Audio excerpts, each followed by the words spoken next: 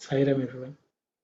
Just to recollect what we were discussing last week, we discussed about the importance of Jnana Yoga, which Swami had highlighted for us. I think there was a lot of discussion about Jnana Yoga, Bhakti Yoga, Karma Yoga, and so on, what the difference is and why something is better than the other, and so on. Just before, I think, breaking, we read, I think, two more paragraphs where Swami is saying that the yoga which he taught the Surya and others along the way had been covered from sight because of lack of practice. Even though it is not it cannot be destroyed, it just goes out of use, and he comes again and again to make sure that it is again comes into daily use and practice. That's where we left off. I will ask the sisters to continue. Sairam Kalyani. You will not fail to notice the discrepancy of the yoga being described as ever existing and the statement that it was lost. Of course, the statement was not made without thought. The indestructible is here spoken of as having been destroyed. It is called indestructible or avyaya for two reasons. Its origin is the Veda, which is free from decline. This yoga, on account of passage of time, neglect, and disuse, was forgotten. That is to say, it disappeared. It was lost to view. It declined. The statement does not mean anything more. Bringing it into life means bringing it once again into use, not creating it ab initio. Lost to view is the sense in which the word destroyed is used in a general way. That is how you have to interpret it. For the Lord will never devise a thing that will suffer destruction. Thank you, sister. So if anyone would like to share any thoughts, please go ahead. Sairam, uncle, just to clarify, the yoga being described is karma yoga or Yoga is, I think, from what I understand, it's union with God. The way to reach that union is yoga. Of course, there are different aspects of the same yoga which Krishna is explaining, like Karma Yoga, Bhakti Yoga, Jnana Yoga, and so on, but it's just one yoga. The sadhana, or the path of attaining the Lord. That's my understanding, but I will ask others to share them. so the yoga refers to just the way to God, and it could take the different forms of bhakti, karma, or jnana. Yeah, I think they are just different aspects of the one yoga. I think it's one ladder. I think everyone spoke about. Yeah. There are different parts or aspects to it. That's my understanding. And it also says, Swami saying it is called indestructible for two reasons. And I think he says one of the reasons is because it originates from the Veda. Is there a second reason there too?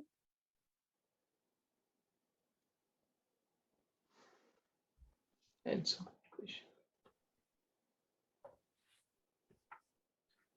I'll just take a look at what says in Telugu. If anyone can share what they see.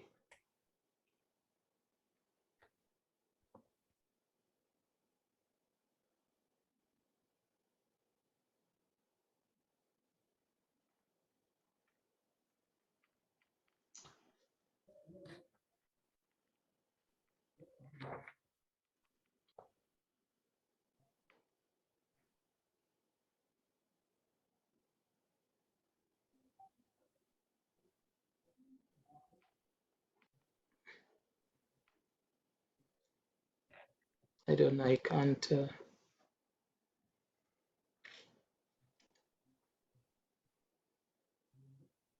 We'll come back I can't. No Okay, problem. thank you. So, Saram brother, can we imagine like this? So Veda, here the Swami is saying here, which is free from decline. It's like a Atma. You cannot destroy that one. It's a free. And this is the Vedas is teaching the ultimate goal to get the wisdom. So because of these two reasons, you cannot say it can be destroyed. The basic, the two basic principles. That's my understanding, brother. Okay, thank you.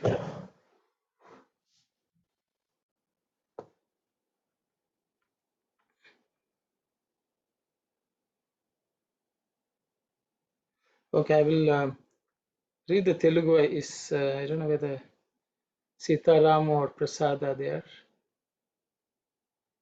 If they are not there, then I will. So they are not there. So I will just read and Telugu. ఈ యోగమున నాశరహితమైన రెండు ఫలములు ఉండుట చేత దీనికి అవ్యయ యోగమని కూడా పేరు వచ్చింది. So Swami is there are two fruits actually. Swami is saying there are two fruit because there are two fruits from this yoga. It is considered it can never be destroyed. And that's ఆ ఫలము లేవన ఈ యోగమునకు ఆధారమైనది అది అయినది వేదము. So one is that Veda is the foundation on which this yoga is built. That is one reason. Idi avyayamana. So Veda is indestructible. So second one, ఇక రెండవది కారణ ఫలము ఈ యోగమునకు ఫలము మోక్షము అదియును నాశరహితమైనది. So Swami is telling there are two reasons for it not to be indestructible. One is that it is, or its foundation or its origin is from the Veda, which is free from decline. The second one is that it grants moksha. Moksha is also indestructible, and because of these two, it is considered indestructible. I think it is not translated, I think. Okay, so Swami says the fruit of this yoga is, so actually what he is saying is the origin is indestructible, which is Vedas. Moksham is the fruit, that is also indestructible. So on both ends, the starting point and the end point are both indestructible. Because of that, what is in the middle is also indestructible, because that which connects both ends cannot be destroyed because both the ends are indestructible. And that's the explanation of Swami in the Telugu version. Okay, I hope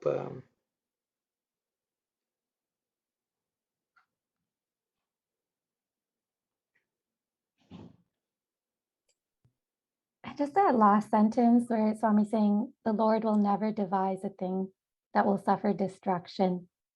But I mean, he devised the world, which will end. it doesn't end. But, like after pralaya or whatever, like.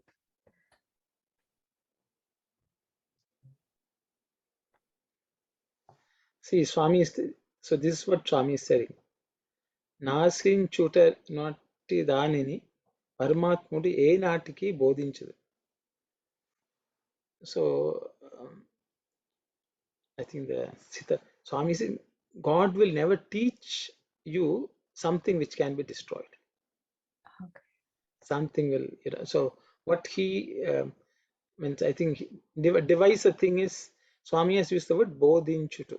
So that means what he teaches can never be destroyed. That so he will never teach you a destroyable path, if you want to put it that way. Okay. But you are saying that the world is destroyed. Pralaya is it is just that everything merges in the Lord. We think and everything is destroyed because I think in the Vedanta tradition, God is one. Things change shape within the Paramatman. Everything exists within the Paramatman. Everything is made of Paramatman. So the thing is, whatever we see changes shape and form, but it's never destroyed. It's even in science. I think if you try to destroy an atom, it changes into energy. So nothing is destroyed. It will change form from matter to energy, energy to matter. And that's my understanding. So others can share their thoughts, please.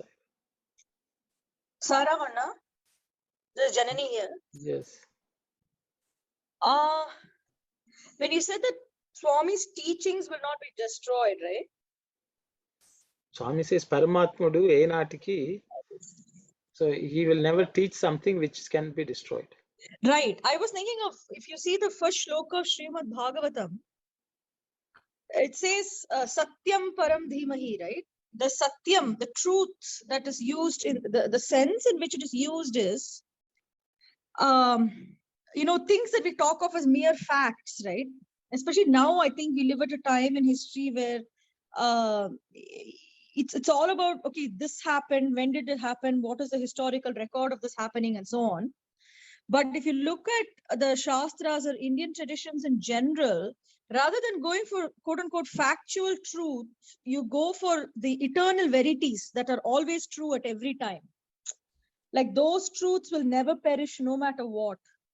Like goodness, ethical living, all those, things that go beyond these, like beyond time in a sense. At any time, in any place, it's always true.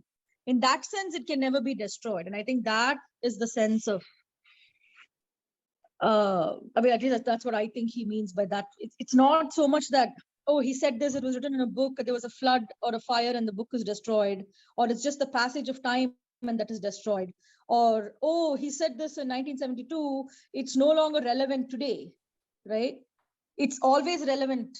It will always be relevant. In that sense, what he teaches never perishes. That's how I interpret it. Okay, thanks. Yeah, thank you. Brother Sairam, Yes. brother, is this Swami is using, there is two reasons. It's indestructible. One is from Veda, origin from Veda, which is free from decline. Is that the correct word Swami is using, brother? Which is free from decline. Veda is never decline. Why? Just but there's two things. One is Veda and Yeah, so he says Yogamana Nasha Rahitamayina Rendu Palamulu Unduta Cheta Diniki Avyava Yogamani Kuda Peru Vachanadi. ఆ ఫలములు ఏవైనా ఈ యోగమునకు ఆధారమైనది ఆది అయినది. So what is the support as well as the origin is Veda. Okay, వేదము ఇది అవ్యయమైనది. So that means Veda is indestructible. Okay, so your question is, it is indestructible, why is he saying that? That's your question. Yes, brother, because it's a Veda which is free from decline. Yes. Is that the word Swami is really using? Because Veda is indestructible, he has said already. Swami is using the word, it's called indestructible avyaya for two reasons. Its origin is Veda, which is also avyaya. Swami is using the word, same avyaya word for Veda also. He's not using a different word. The yoga is indestructible. The origin and the support is indestructible. The end goal is also not indestructible. So what are the two things? One is Veda. So it's indestructible for two reasons. One is it's based on Veda. The yogas are based on the Veda. Then that is indestructible. The second one is the end goal, the fruit of whatever the yoga, the result from the yoga is moksha. okay. That is also also not destroyed. indestructible. Yeah. Yes, Where so it says that. yes. It's okay. The thing which supports and the origin is also, because then if its origin is Veda, then that is also Veda. So because of that, it cannot be destroyed. And it's you are trying to reach God. He's also indestructible. And then Swami says the one who devised yoga is also God. So he cannot, not only he cannot devise something which can be destroyed. I think that's my understanding. Yes, Brother Tasam. Yeah, Sairam, brother. So based on your things, brother, I understood. So whatever the God created is never going to be destruction, because the Veda was created by the God to elevate the soul, is talking about the truth. So only in our eye, we think that when you're looking at the books, it's destroyed. But Vedas cannot be destroyed by the 5 elements. It is always there. Thank you, Sairam, brother. Sairam.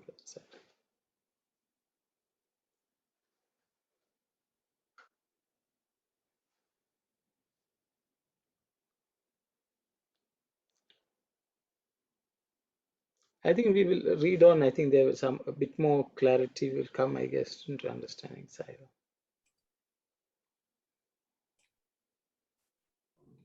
The reference to Surya also merits consideration. The people of Bharat are intimately associated with the sun god. The heroes of Bharat, the Kshatriyas, are from the beginning attached to Surya. Even for ordinary men and women, Surya is so highly sacred that he has been raised to the status of the great Guru. The sacred scriptures and legends of India have not assigned a status of similar glory to anyone else. It is a unique position that Surya occupies. Why?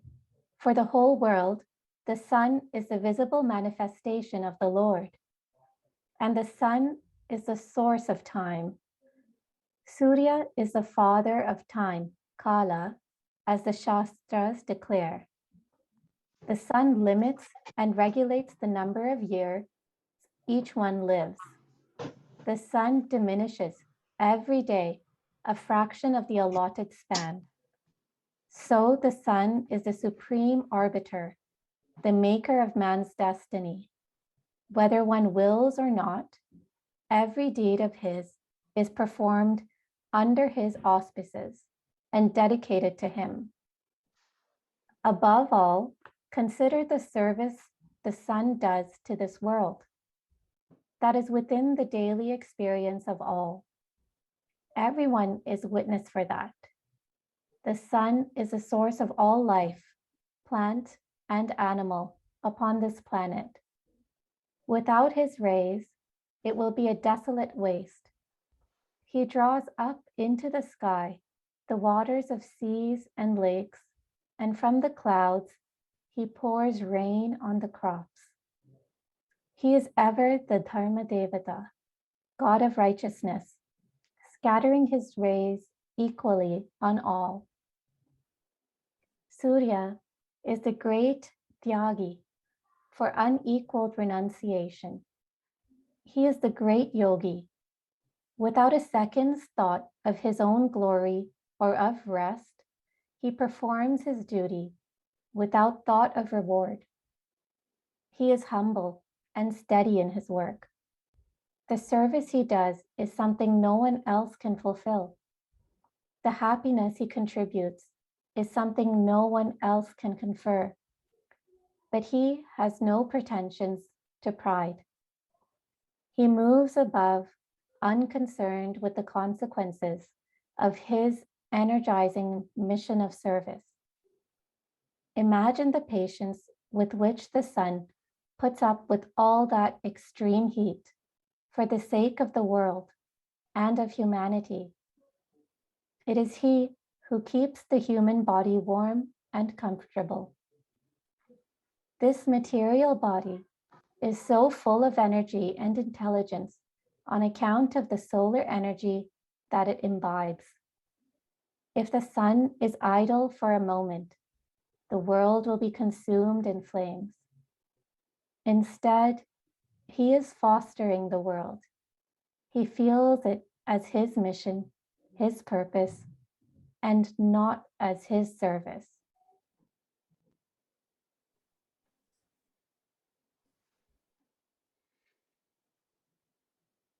So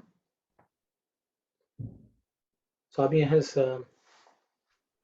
held up the sun for us to look at and imbibe some lessons.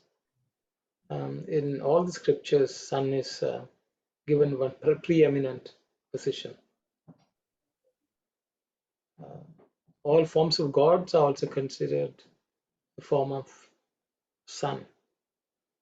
And then Swami has gone into great detail. I don't think there's anything for me to add here. I will open it up for discussion if anyone has something to share based on what you have listened or read. Please go ahead.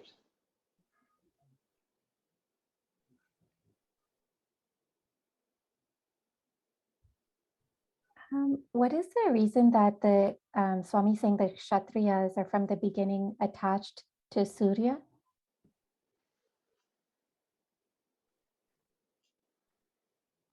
Most dynasties of kings are considered rising from sun. They will say Surya Vamsha. They are supposed to have been come.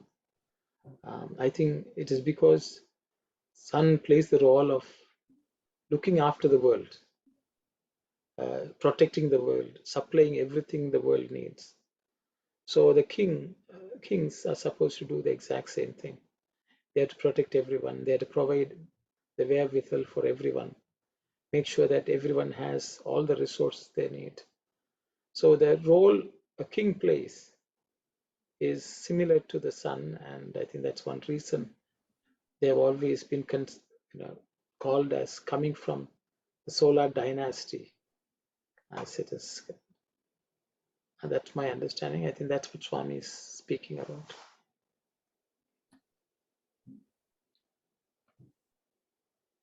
Anyone else? Something?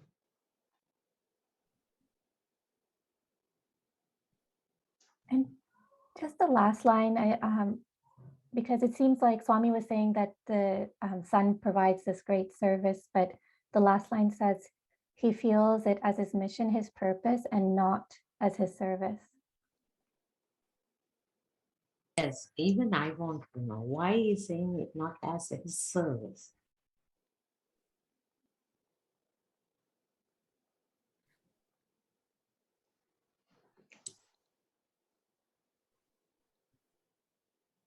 See, the sentence in Telugu, I will just read it.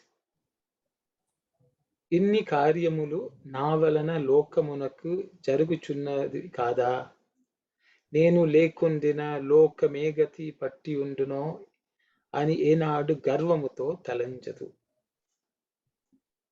So what Swami is saying is, the sun will never think, see, because of me all these things are happening. If I am not there, nothing will be able to function. That way he never thinks. Okay. And that's what Swami has said. So Swami, he said Surya will never have garvam. That is ego, that I am, because of me only all these things are happening. And if I don't do anything, this world will come to naught. So because of that, so that's what Swami is talking about. I don't think the translation brings that clearly, though. He's not egoistic. Yes. He is not thinking I'm the doer, as Yeah. I think Janani posted. I'm the doer. Because of me only everything is happening. He doesn't take on that. That's what Krishna is telling. Don't think that you are the doer. just do what has to be done, because I'm the doer, you are just an instrument. I think that point also Swami is bringing.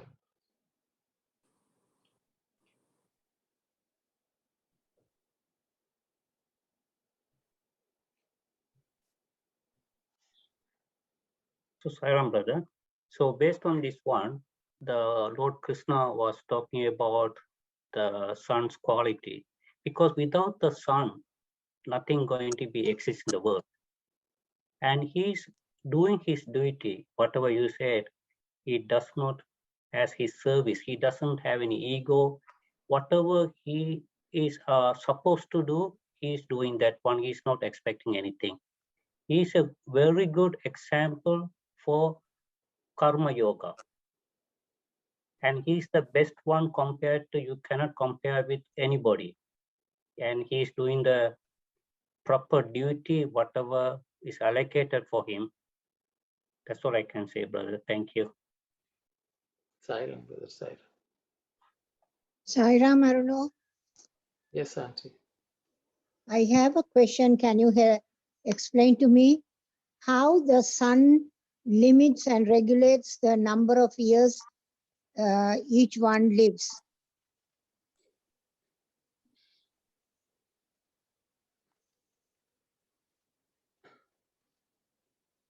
I don't know whether the sun is limiting, Auntie. I will, if you have posed the question to me, I will first try. Others can chime in. I don't think sun decides who has to live for how long. I think it's up to, I think we ourselves decide because of our own karmic. Karmic, that's what I thought, but here it says sun limits and regulates the number of years each one lives. The sun diminishes every day a fraction of the allotted span.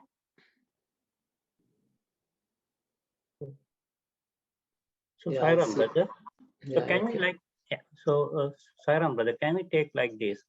Sun is the one for the Kala, because day and night, because of that one, even if the person how many years living now, I can say I'm now 30 years, so I am living 30 years or 40 years.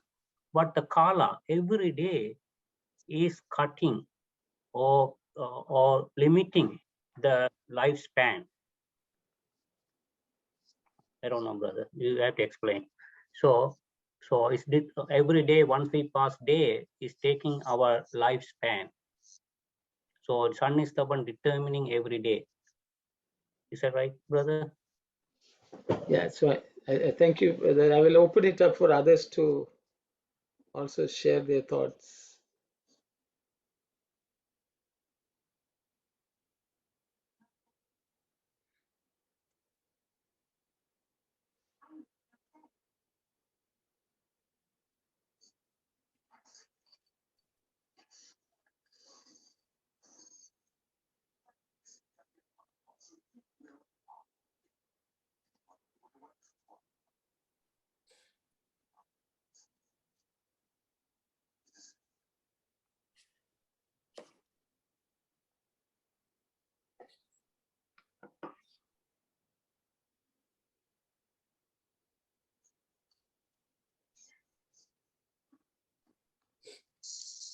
See, I couldn't.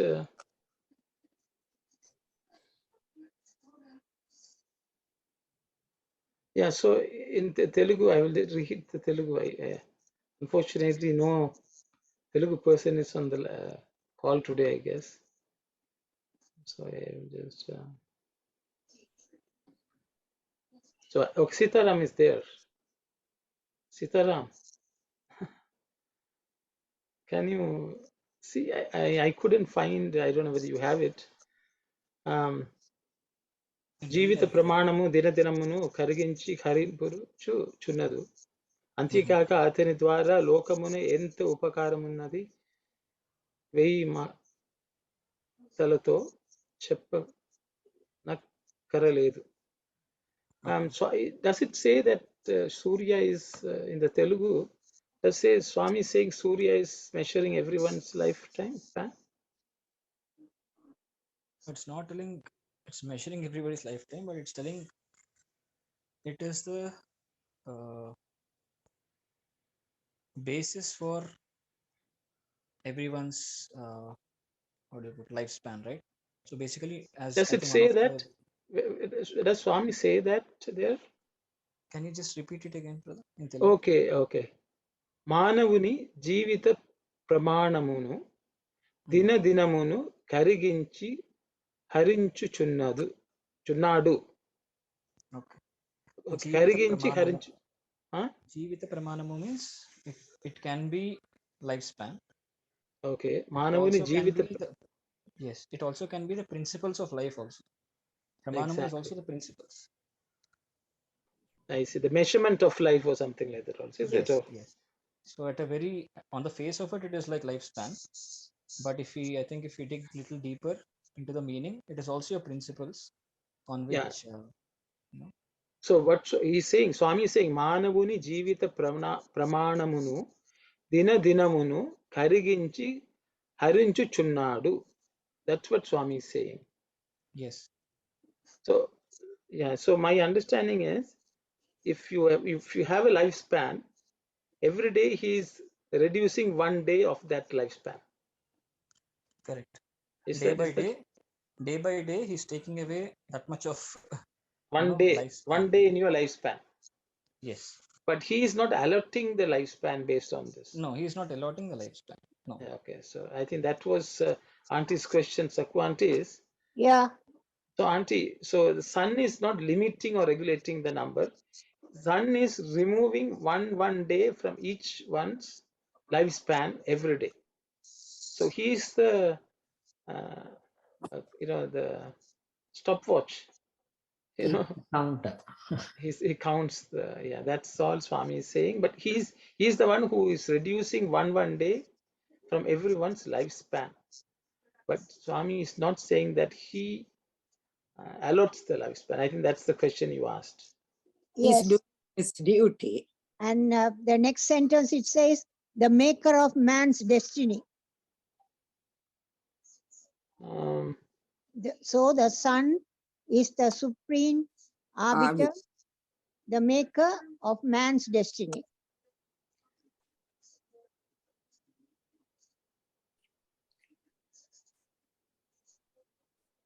Swami saying, అంతేకాక అతని ద్వారా ఈ లోకమున ఎంత ఉపకారమనున్నది వెయ్యి మాటలతో చెప్పనక్కరలేదు. నిత్యానుభావమే ప్రత్యక్ష సాక్షి లోకమునంతలి పాడి పంటలకు సస్యశ్యామలములకు. That means, no, it does not say anything, Auntie. It doesn't say, but in the broad sense, that's the overall meaning also, no, Auntie. Yes, I understand. Sun is the reason for everything. Without sun, we are not able to live. Without sun, you are not able to die also, actually. So in a way, Padi Pantalu, as Swami mentions, the crops are both getting harvested as well as being born also because of the sun. So the entire life cycle, the main reason is sun. That's what I think Swami, the essence of that is that, but yeah. In a way, brother, reducing the days and all, it's taking to the destiny wherever we have to move forward, right? So after like a 25 years, you have to get into this. So that the sun is moving the days. So that's the way I will look at it, because it moves and take you forward there. That is true. It's making us to reach the destiny, whatever is destined for us.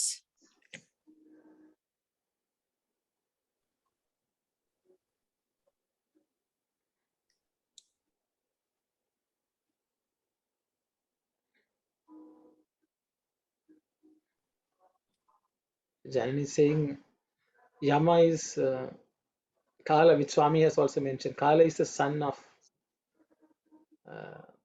the child. So that way, he controls that also.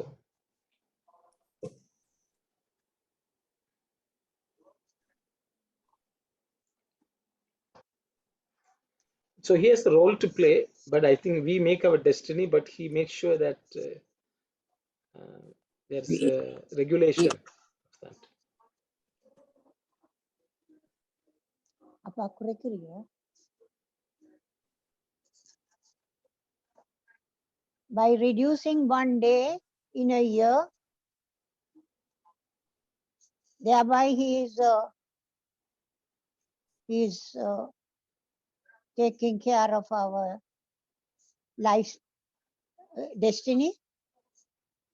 Yeah, I think that's why Swami is saying supreme arbiter means he's the one who makes sure that the rules are all obeyed, that you don't stay for one day longer than you allotted. Okay. Like the, if once a judge passes the sentence, the person who is in charge of the jail will make sure that you stay that long and you are released on the day of your release. He keeps track. I think from that sense, I think he's the arbiter of man's destiny. Okay. Okay, thank you.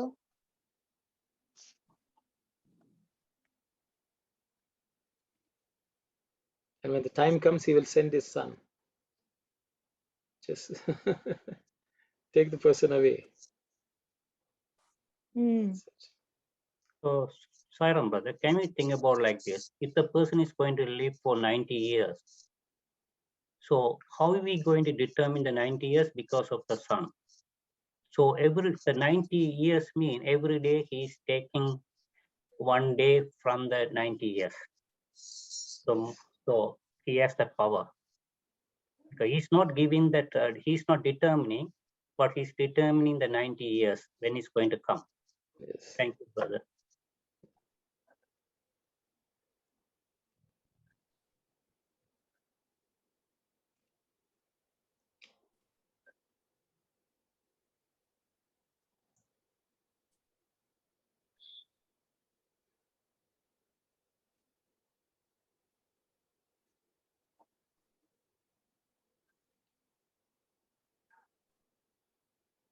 I think there are so many concepts Swami has, illustrated using the sun, the equality, how he continues to do the same thing. He doesn't think that he is doing it. He doesn't miss a beat. He is very punctual in what he's doing. He's sacrificing. He doesn't think who is thinking very highly of him. It's a There are great. so many things.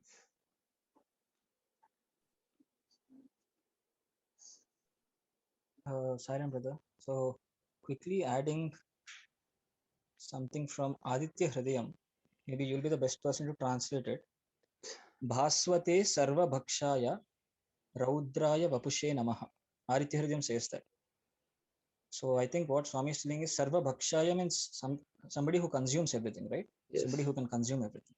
Yes. So I think what Swami is mentioning here is he is capable of consuming everything as well as giving everything, right? Like at the end of the day, I think sun is itself the representation of God. The God, right? Like the consciousness, or whatever name you give it. It is Pratyaksha Daivam, as Swami says in many discourses also. So in that way, this is directly like whatever Swami is telling is always is actually the same as Vedas. Aditya Hridayam says that Sarva Bhakshaya Raudraya Vapushenamaha means this is exactly what he's telling in this sentence. That he is taking away day by day from you, but he's also giving you day by day, right? You're only thinking about taking away, but he's also ensuring tomorrow there is a day for you. So in that way, he's also eating, he's also giving it back. Just like another interesting one in Aditya Hridayam is Payatyesha Tapatyesha Varshatyesha Gabastibihi. There's also like he is the one who evaporates the water from the seas, converts it into clouds, and gives it back again as water to the crops. So Padi Pantalu, as Swami is telling. So whatever Swami is telling, it's like the essence of the Vedas, is what I want to say. Sairam. Yes. Janani also is typing about Sandhya Vandana Mantram. Jagat Prasuti Sthiti Nasha Hetave. That means he's the one who gives birth to the world. At the same time, he's the one who destroys it also. and he is responsible for sthiti, maintaining it also. So he makes things come to life. He supports their life. As Sitaram said, he's giving everything which we need. And then he also takes it away also. So that means he creates, he sustains, and he destroys. Brother, one more thing, brother. Swami says sun puts up with all that extreme heat. That also tells us a lot of things. I think, you put up, you have to have a lot of patience.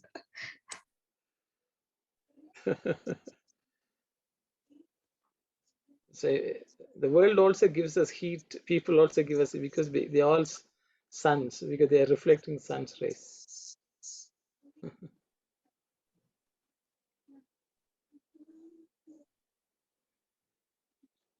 So, brother, I'm just going back to that sentence again. Sun puts up with all that extreme heat for the sake of the world, right?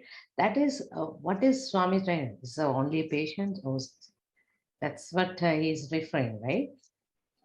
Yeah, it's a sacrifice. That's a Mahatyagi. Swami has used the word. Yeah. Thanks. It's Swami, and other discourse also he says he just burns himself so others can benefit. So that's just. Sai Ram, brother. I was just thinking that it's the sun which not that determines. Through sun we know the next day has started. If there is no sun, how would we know? I mean, man created, there are 24 hours and this and that. That came after. But it's through the sun we know, oh, the next day has started. And that's how I am seeing that the sun diminishes every day a fraction of your allotted life. It's not the sun is doing that, but we know that, oh, I am getting older. Because a day is passing, and through sun we are counting those days. First day, second day, the child is 1 year old, the child is 11, because the sun is allowing us to observe, oh, the days have passed. Imagine the sun is not there, or the sun stays there for longer. Like in Norway, the sun is there for longer. If people can think, oh, there's a daytime, but that, I mean, I'm just going beyond the context, but what I'm trying to say is through sun we know the day started, and then sunset, and then the day started. So I'm just thinking that way. The diminishing part is not our life. It tells us how many days you have passed or you lived. I don't know. I'm just thinking out loud. Thank you, sister. Thank you.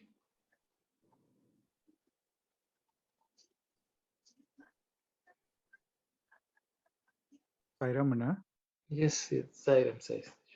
So I was just trying to look at this from the point of view of the physical universe. For anybody, whether it's a child or an adult, across religions, across races, everything, the physical manifestation of God is symbolized by the sun. So for anybody to relate to on a day-to-day basis with regard to time, life, and at the same time, sun also stands for illumination.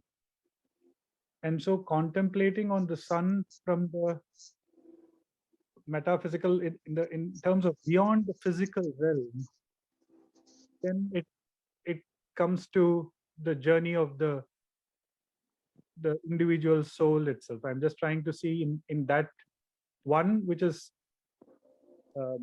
destructible, which is seen, because the sun, in one sense, if you go with the realm of science, the sun itself is a star which has a lifetime. It's burned for 4.5 billion years, maybe to be there for another 4.5. But beyond that realm, it's about that inner illumination, or that journey, or the Atman also gets reflected as the sun, or however we want to look at that, in light of what Swami said in the previous paragraph of the source and the destination being immortal, so the journey also becoming immortal. So just trying to capture the essence of how the sun gets reflected in the physical reality and something that is beyond the physical reality, where sun represents illumination, wisdom, Atman. In that context, I just thought the same paragraph can be looked at in that context as well. Thank you, Saira. Thank you, Sai Sadesh.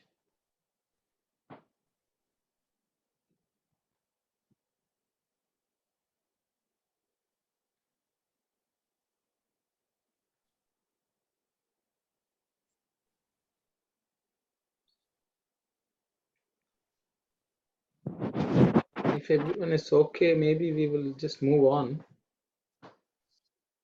like the sun.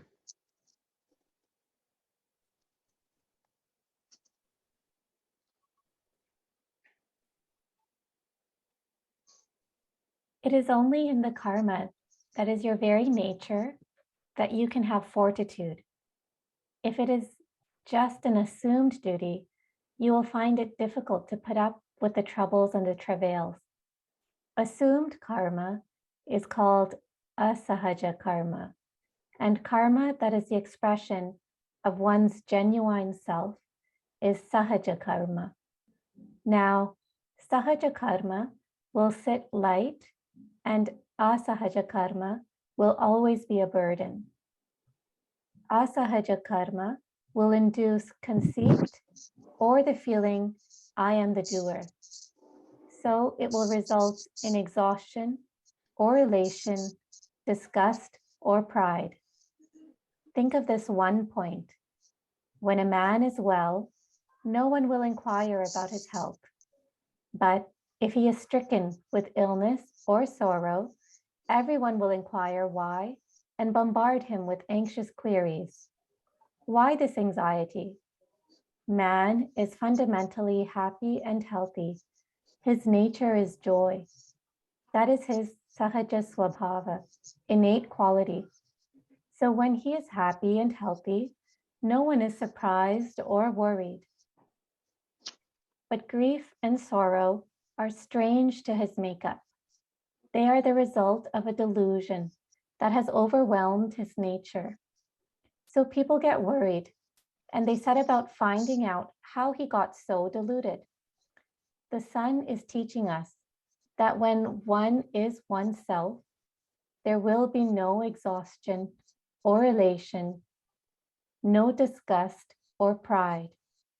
The task of Surya is not something imposed from outside and taken up under compulsion. That is why it is performed systematically and smoothly. He is also exhorting mankind to use the time that he creates and allots fully and fruitfully, not merely for living comfortably and safely, but for living a moral and elevating life, worthy of the destiny that is man's. Now, you can realize why the Gita was first taught by the Lord to the sun. He is the great karma yogi, the great nishkama karma yogi. Krishna is now teaching this indestructible Gita Shastra to Arjuna, the representative of man at the crossroads. He chose him, for he has the same excellences, is it not? Reflect on that for a moment. If Arjuna was not a vessel endowed with such virtues and splendor, Krishna would not have decided to use him as the recipient of the Gita. The Lord will not give gifts to the undeserving. Arjuna had the qualities that were needed for receiving the teaching, and he was chosen. Thank you, sister. So Swami is further explaining, the secret of sun's success in following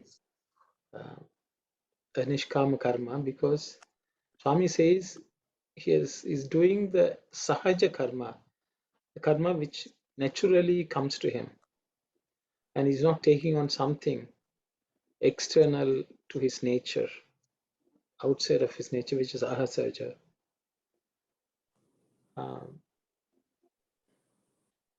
I think it's something for all of us to discuss and think about, I guess. I will just open it up for anyone to share your thoughts, please. How, Swami says, it was taught to son. Why? Because he's deserving, and so on.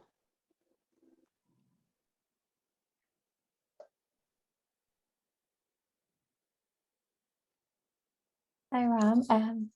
So what exactly does that mean for us?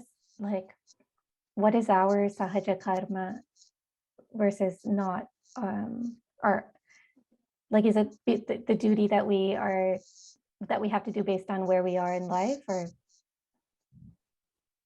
Yeah, it's a good question, Kalyani. So I think I will throw it to everyone to, what do you all think is our Sahaja karma? I think that's a very good question.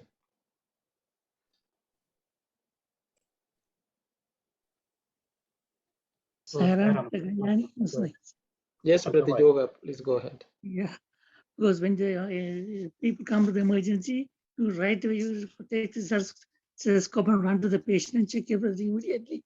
There's a Sahaja karma. And everything is there.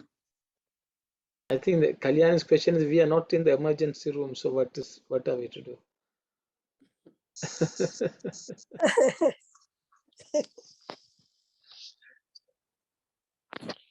Anyone else?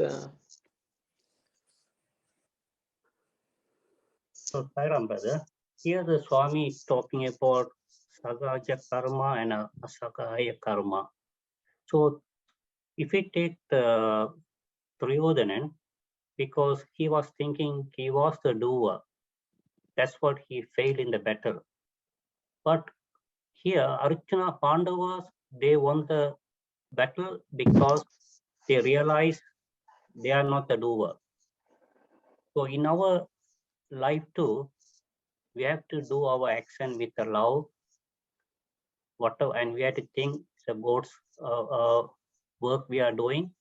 When we do the duty with love, then we are following the Sahaja karma. Thank you. Thank you very much, brother. Anyone else want to share your thoughts on what is our Sahaja karma? Sai Ram, this is Sakwati. Yes, sir. It all depends on how you take each dharma and whether you want to do as if it is Sahaja karma, then it is you will enjoy doing it. But when you think that has been given to you, if you have to take care of your old parents, sometimes they might think it is not Sahaja karma, it's Asahaja karma, because it has been imposed on them and it is too much to handle. So it depends on each individual. Thank you, Saira. Thank you very much, Auntie. Anyone else would? All of us want to know what is Sahaja karma so that we can engage in that. I think that's Kalyani's thing. So the question is, what is our Sahaja karma, right? Yes. I think I'm just making a guess. Last week or the week before, we learned about 3 types of karmas. We were talking about something we do outwardly, something outwardly also because it was imposed towards, something internally when you do.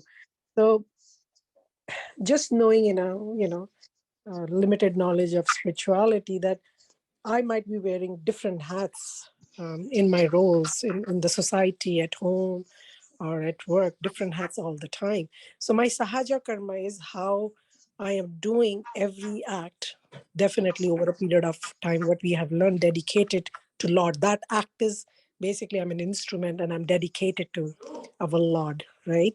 So I think with love and dedication to Lord by wearing different hats is our innate quality. So it's no anxiety, no pressure, no disappointment comes because we are doing with joy, and joy is our innate quality. So that's what I understood so far. Thank you, sister. Anyone else want to? Is Swami referring to, because he's saying that asahaja karma will induce the feeling of being the doer. So that's kind of like every karma that I'm doing right now. So is Swami saying sahaja karma is like karma yoga, like when you actually can do karma yoga and do it without the feeling of being the doer? So okay, Mika, others are not coming out. So I see what I understand is, I think the first sentence says the karma, that is your very nature. Okay, so I think then the question comes, what is our very nature? As human beings, what is our nature? Because rather than looking at individual tasks, if you want to look at what is our nature, I think first we should understand we are human beings. Swami would say our human values are our nature, which actually he is, Swami himself is giving the answer to your question in the second paragraph in this, I don't know, right side page. He says, he's also exerting mankind to use the time that he creates and allots fully and fruitfully, not merely for living comfortably and safely, but for living a moral and elevating life worthy of the destiny that is man's.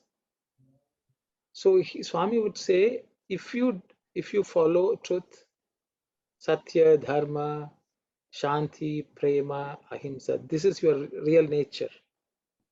The Swami addresses us as Prema Swarupalara. So he would say your nature is love. So do whatever you're doing with that. Then you will never think something is imposed. It's the same thing, duty with love, duty without love, love without duty. So I think Swami has, to some extent, he's saying, realize your human nature. So whatever you do with humanity, with expressing human value. The task may be all sorts of things. You may be cooking, you may be sweeping, you may be cleaning, you may be rushing in the emergency room when a patient comes. It all does, whatever we are doing, whether we cook, whether we sweep, whether we clean, whether we are attending to a patient who is suffering. In all cases, actually, if we can express our real true nature, which is love, Swami says we will never be dejected, we will never be feeling disgust, we will never feel pride, we will never be exhausted. He says if love is the nature which you're exhibiting, you will never feel any of these negative feelings in you. You won't have a negative experience. But if, on the contrary, if you are trying to see, I want to be comfortable, I want to be safe, it's about me, then we will always be dejected. I don't have time for rest, I don't have time for myself, things like that people say. So that means we think we are doing something which is not natural. So I think that's my understanding. Others can chime in with whatever they have learned from what Swami said. Brother, here asagaya karma, that you will feel as I am the doer, right?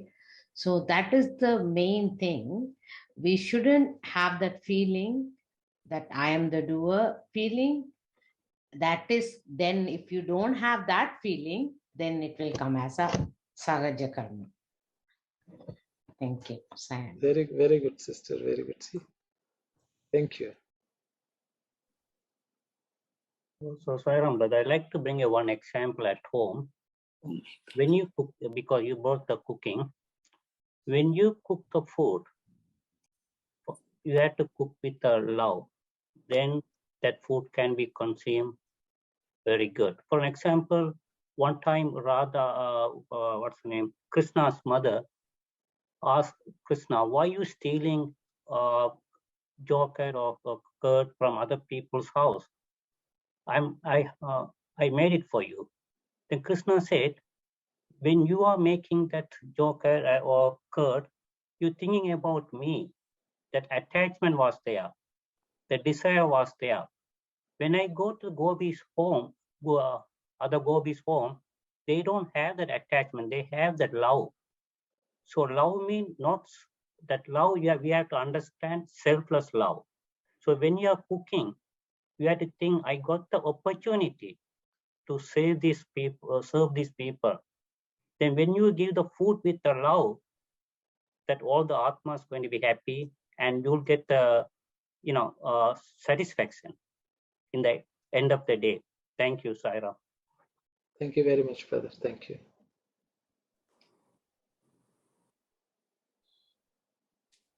So, Sarah, if any of the thing, whenever we are doing, if we don't like it, so we have the negative feeling, oh, this work isn't finished, and we couldn't do this, and all that. But this people create mess and that kind of negative feelings. But like, are you willing to do it? You don't feel anything.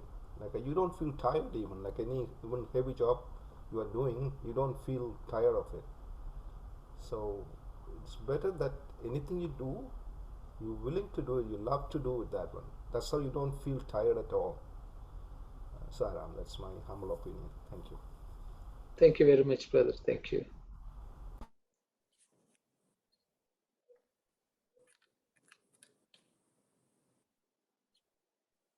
Yeah, Sairam, just to give an analogy, maybe it is something like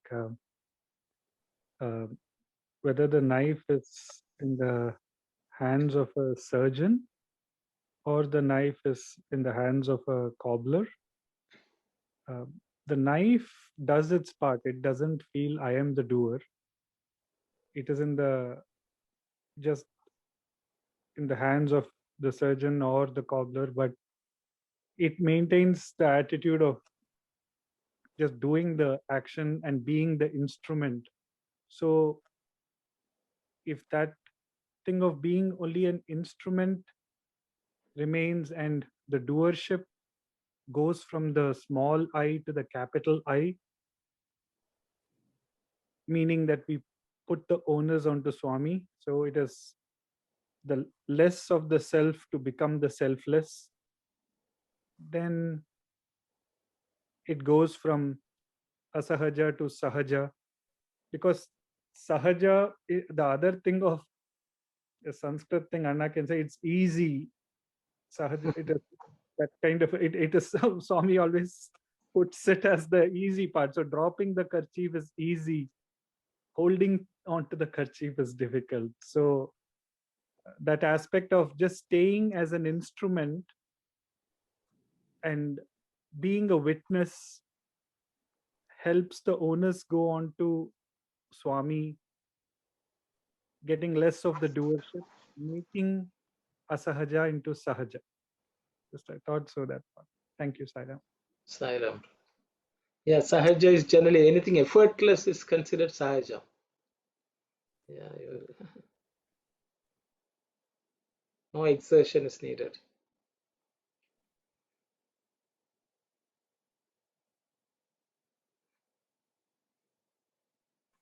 I think even Swami has number of times reminded us in every discourse that he starts, he tells Prema Swarupalara. That is the very nature of, at least supposed to be the nature of us, right? So he keeps reminding whether we reach there or not is the next thought, but at least the first thought is he's calling us, your very nature is Prema. Thank you very much, brother. Sairam, sister Sharmini. Yeah, Sairam. Actually, we know that Swami is the doer and we are the instrument. And I also want to remind that the fruit of action should be given to Swami. So Swami always say, accept my uncertainty as his prasad. So I just thought of bringing. So if everything we give to Swami and the work we are doing with lovingly and best of our knowledge, and we have to give the best. And we have to give the fruit of actions, everything to Swami as his prasad. So anything happens, we have to accept. So that's the way where Swami's divinities will start to flow through us, and we won't feel the burden of anything that we are doing. Sairam. Thank you very much, sister. Thank you.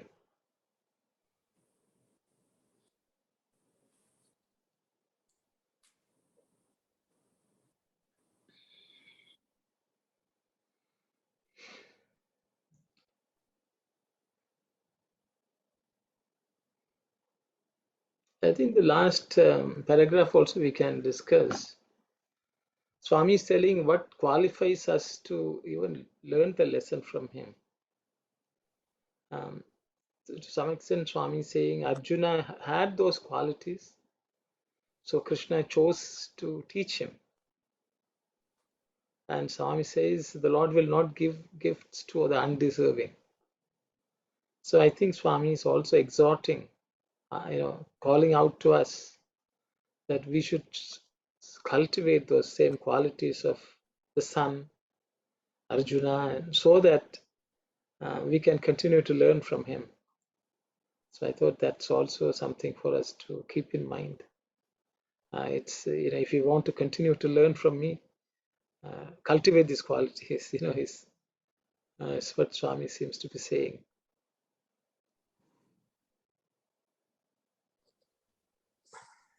Brother Arjuna, just one question. In the last second paragraph, there is a line. It's saying, now you can realize why the Gita was first taught by the Lord to the Son. And my understanding, when Lord Krishna was telling about giving the Gita Jnana, there were 4 or 5 people, or Son, Hanuman, Arjun. It was Vidur. But why just to the Son, first taught? I mean, just clarity.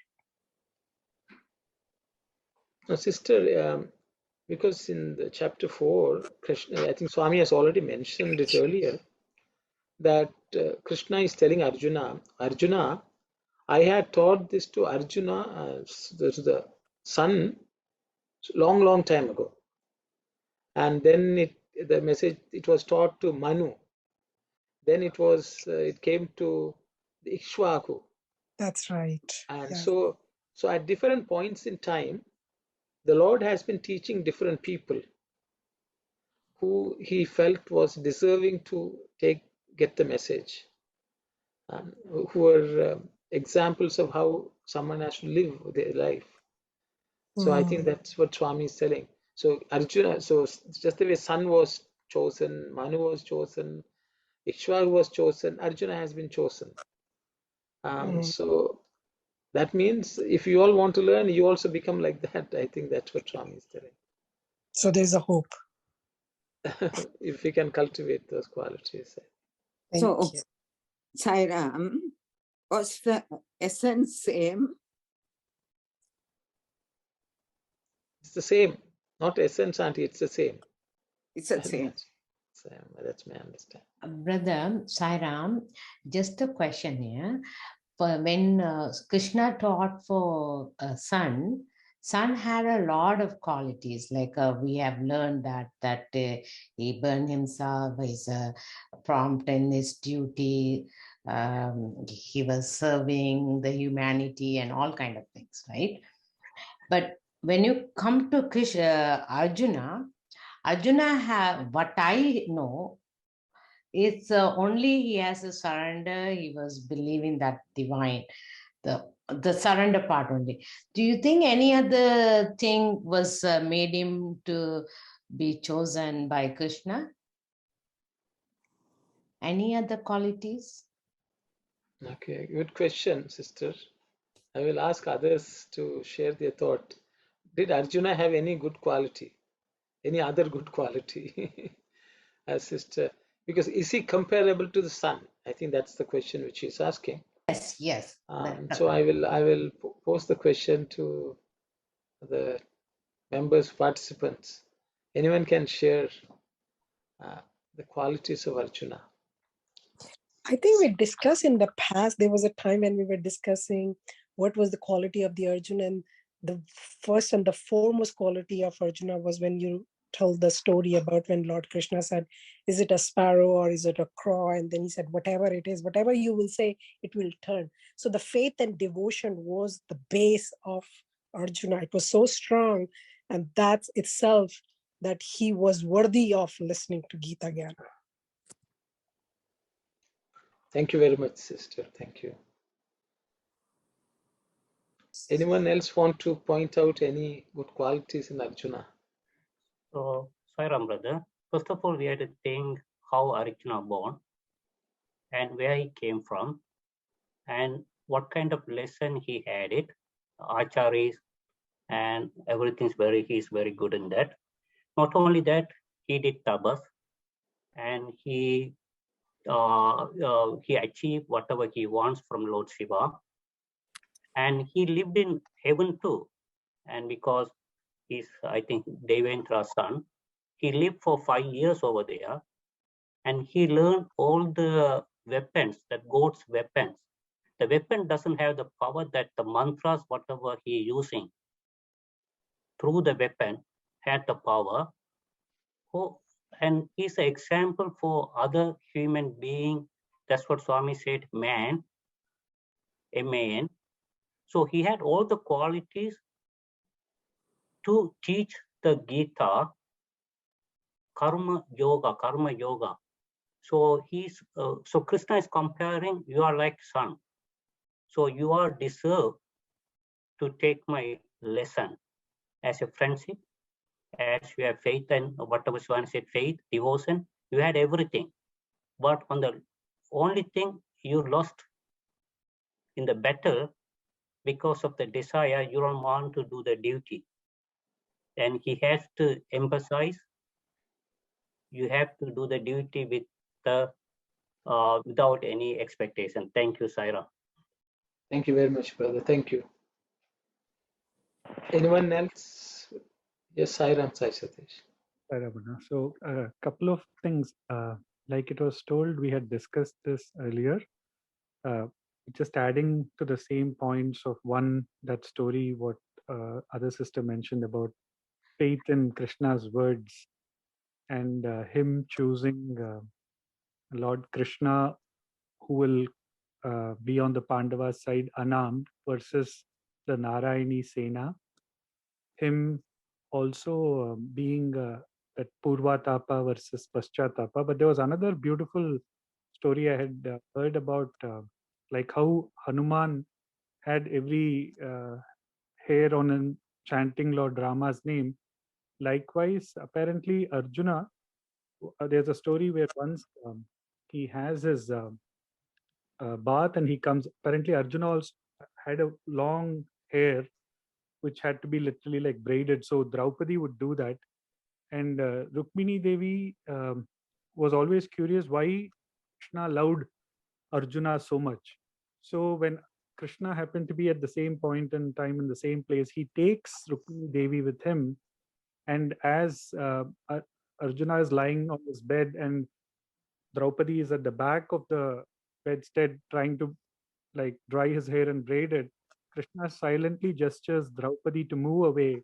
He goes there and he takes the 2 strands of hair, and when he tells Rukmini Devi also to listen, and when he bangs one strand against another, every strand just keeps chanting Krishna, Krishna, Krishna. So that being fully immersed in Lord Krishna makes him the worthy instrument to receive that. So like when he says deservedness, he exhibited the deservedness of making or being in Krishna's constant presence, in the sense his omnipresence, making Krishna's name his very breath. All of those qualities, Swami, in fact, used to say that Gandhi Vadari, he used to say he has Partha, so many titles, but him being the deserved of Lord Krishna's grace was because he had that Lord Krishna's image constantly in him, and that is how he could become the worthy recipient of the Gita as well. Sairam. Thank you very much, Sai Satish. Thank you. Anyone else would like to share any thoughts?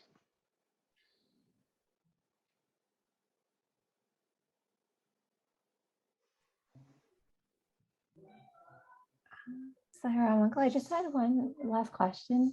So I know you mentioned how, sometimes we think that, oh, we need time for ourselves. And I often think that, and I often feel tired and burnt out. But so when you feel that way, it's telling you that, you're doing a Sahaja karma. And so probably it means that I'm doing it with some desire in mind or some outcome. So I can look at that and inquire about, okay, what is the desire, and figure that out. But I guess, is there something else? Because it's easy to say that you can, you have to do everything with love, but like, for example, you could be working instead of till 5 p.m., you could work every day till 8 p.m. and do even better at your job. But then like your family would suffer, and you sometimes you need personal time, so you have time to read about Swami's literature and attend the study circle, or that's also important, I guess.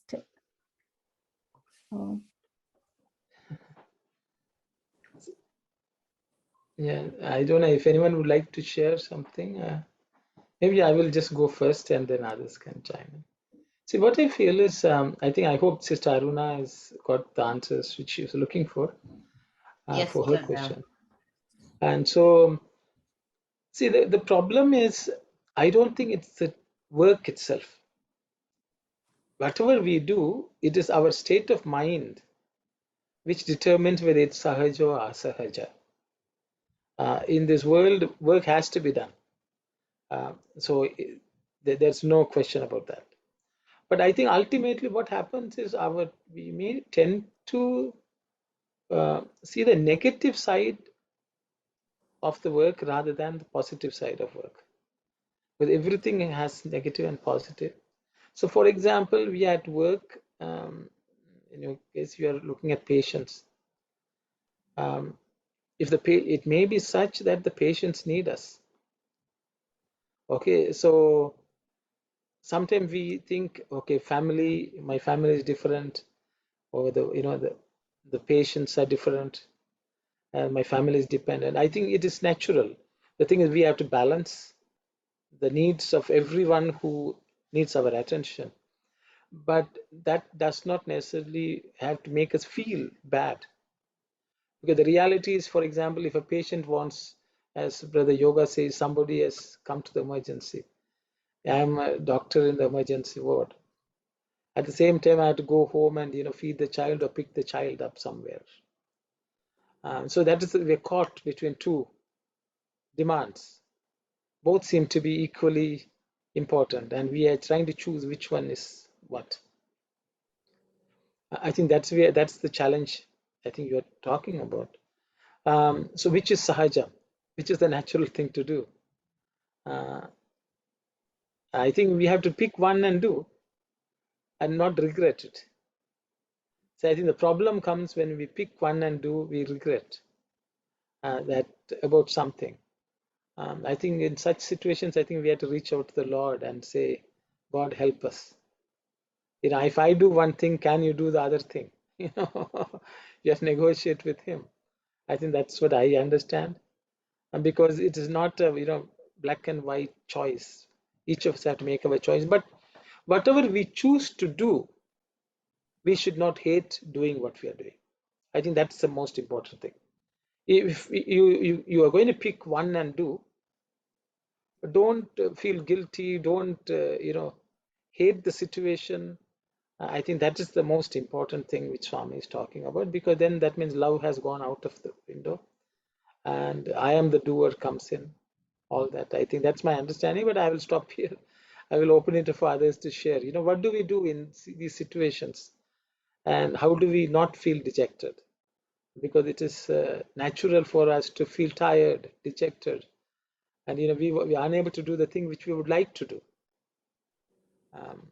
So please go ahead and share your thoughts. How to deal with this? You have explained it beautifully.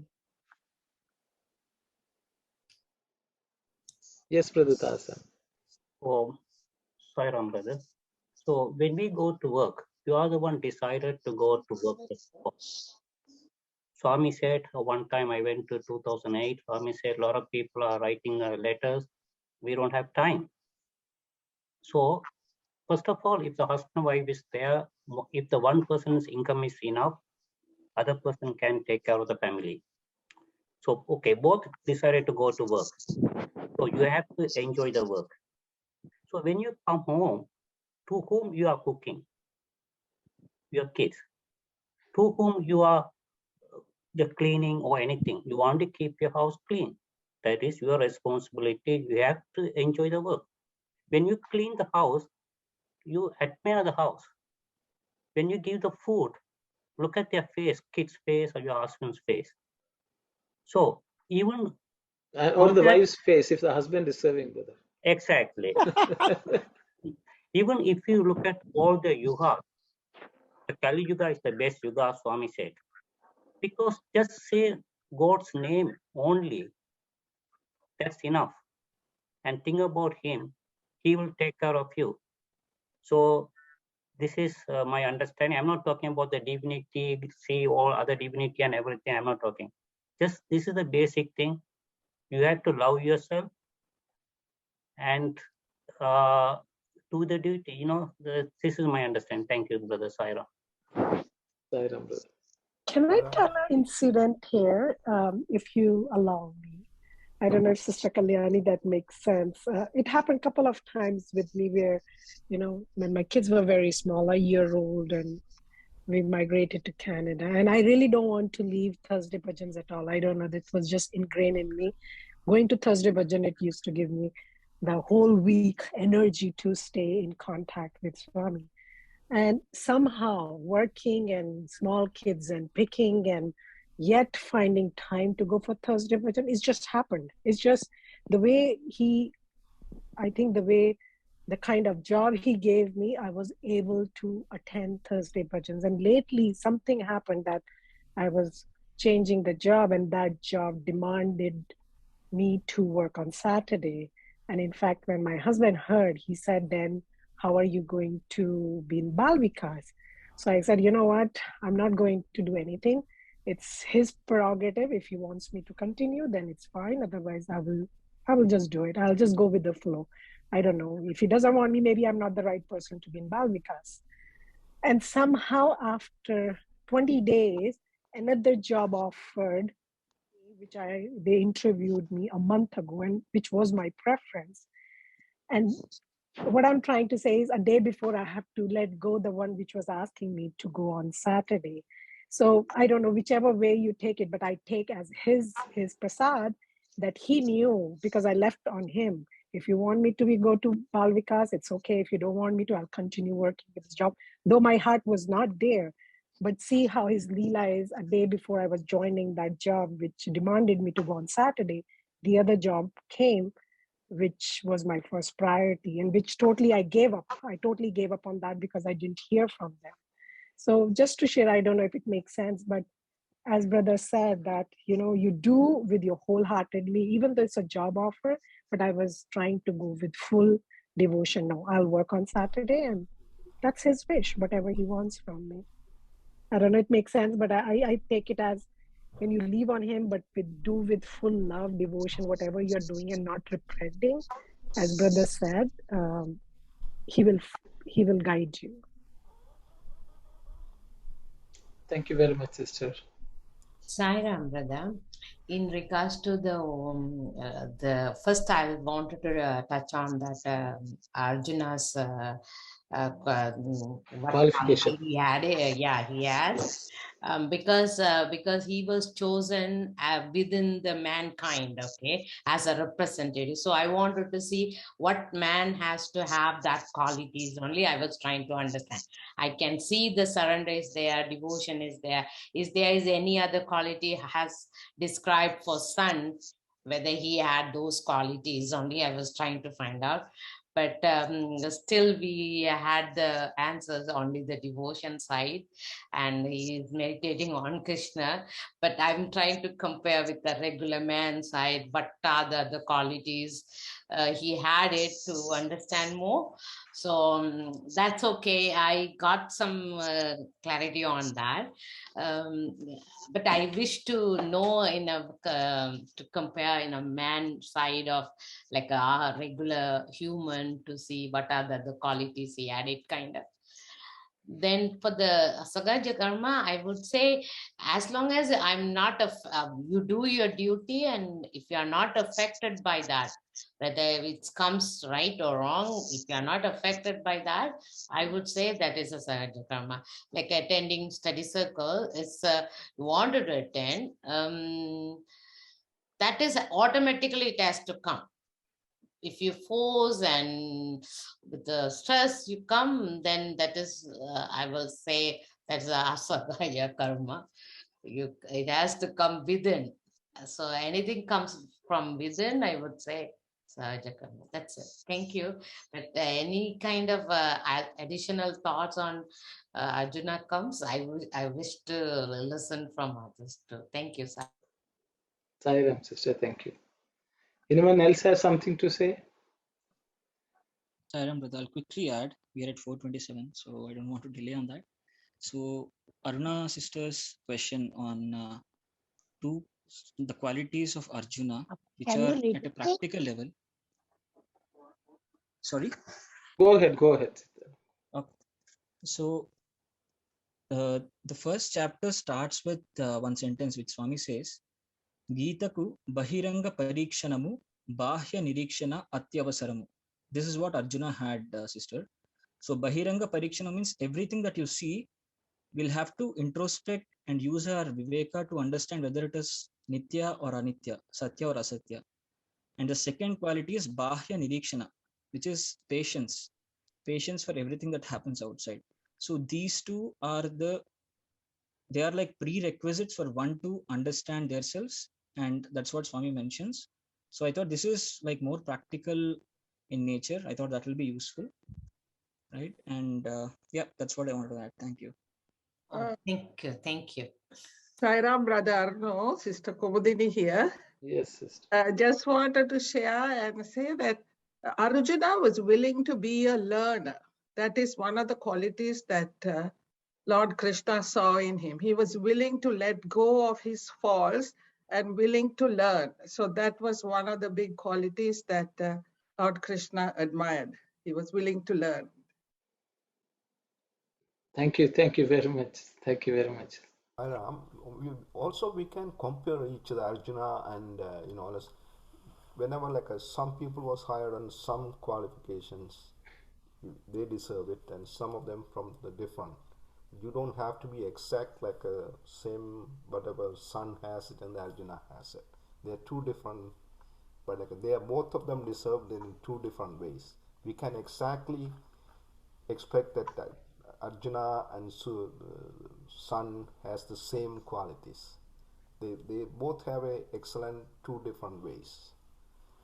That's what my understanding is, Sairam. Thank you very much, brother. Thank you very much. Sairam, I don't know. Yes, sir. By any chance, were you able to give answer to Kalyani's question? I think Kalyani is the best person to know whether she got the answer. Yes. Again, So I think these are two. I think maybe we see it's 4:29. I think everyone can think about these two. So I think the questions in front of all of us, I think we can start the next study cycle with that. One is, can we identify certain good human qualities, any additional ones? I think there are already quite a few shared here. If there are any additional ones, I think people can contemplate on that and come to see, if are there other qualities which we can cultivate and make ourselves more deserving like Arjuna or like the sun himself. Number one. Number two, we can also ask the question, what is exactly the Sahaja karma? What is our natural? And when there are two competing things, how do we choose one? Which one is Sahaja and which one is not Sahaja? I think those were the questions. And because all of us feel tired, all of us have questions, why am I doing this? So how do we avoid these situations? I think those are the questions. And I think we can discuss a little more, but I think because these are very practical things which we have to cultivate in us. So I think we can spend a bit more time. We can reread whatever the chapter, actually, the chapter 6, and see whether there's something which we find in from what Swami is saying, so that we can cultivate those. Yes, Brother Das, and I will just ask you to. Yeah. So, Sairam brother. So, according to the Sahaja karma, once we know, I'd like to, when we go through these, the virtues is the one playing a big role. What is this lady supposed to have certain qualities? What is the man supposed to have? What is the story about the Kausik and the virtuous woman, and Satyavan and Satyavati stories? And that Satyavama asked Panchali, how you managing your 5 husbands? You know, what is the secret? Once you know those kind of stories, it lead us to have a better life. Thank you. Sairam, brother. Thank you very much. So you can list those questions and see whether Arjuna had those. And we can discuss it. Okay, so I think it's 4:32. We will close today and we'll continue next week. Thank you very much. Om Samasta Loka Sukhino Bhavantu. Samasta Loka Sukhino Bhavantu. Samasta Loka Sukhino Bhavantu. Om Shanti, Shanti, Shanti. Sairam, everyone. Thank you. Thank you so Sairam, much. Yeah, Sangam. Thank you so much.